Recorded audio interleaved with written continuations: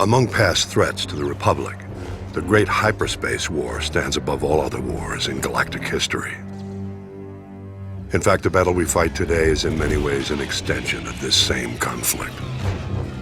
The Sith Empire we believe we had destroyed in this war has now returned to avenge its defeat.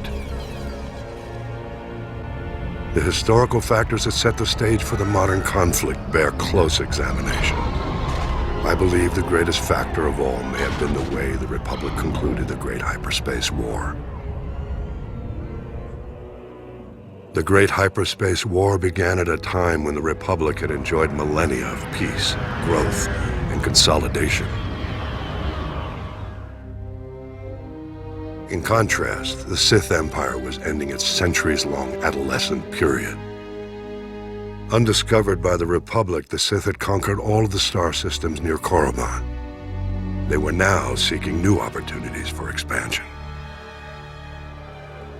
At this time, a brutal power struggle had broken out following the death of the Sith ruler. Among the contenders was the Dark Lord Naga Sadou. Whether by chance or destiny, it was at this time that two Republic explorers stumbled onto Korriban. Naga Sadou seized this opportunity to gain political advantage. The explorers were imprisoned as spies, but Naga Sadou staged an attack to liberate the explorers. He left evidence, suggesting the attack was a Republic military operation. Leveraging the widespread fear of an impending Republic invasion, Naga Sadou rallied the Sith to unite behind his cause, a preemptive strike against their newly discovered enemies. Eager for war, the people embraced Naga Sadou as their new ruler. His first act was to launch a vicious assault against the Republic.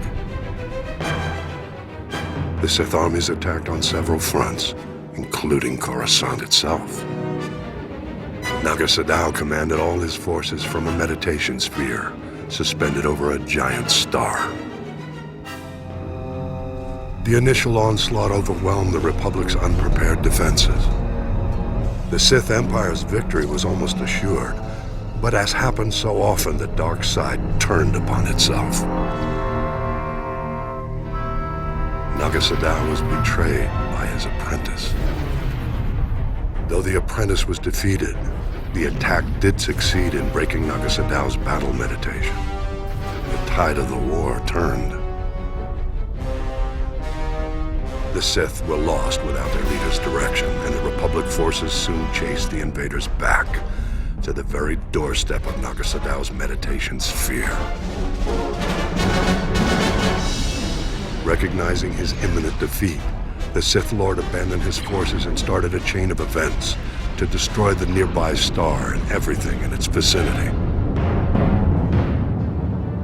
Naga Sadou fled back to Korriban, only to discover renewed opposition to his rule.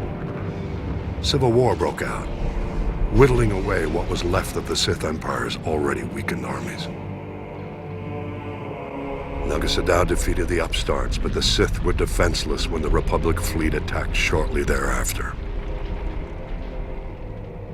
As the Republic fleet wiped up what remained of the Sith military, Naga Sadou fled again, this time into permanent exile on Yavin 4.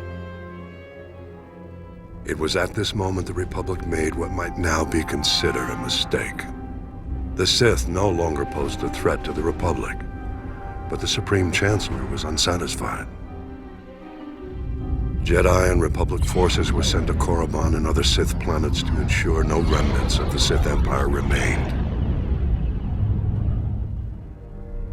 It was this action which drove the surviving Sith to flee into deep space, with the new Dark Lord who rose to take Naga Sadou's place.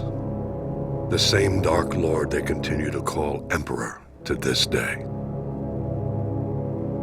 I believe this was why he led his people to rebuild their civilization on Drum and Kaz. And this was why they returned 13 centuries later to get revenge against the Republic. One must wonder how things might have been if the Republic had handled the end of the Great Hyperspace War differently. We mustn't forget, though, The conflict at the heart of the Great Hyperspace War and the war we fight today began even before the Sith Empire rose to power. I'll elaborate in the next holo record.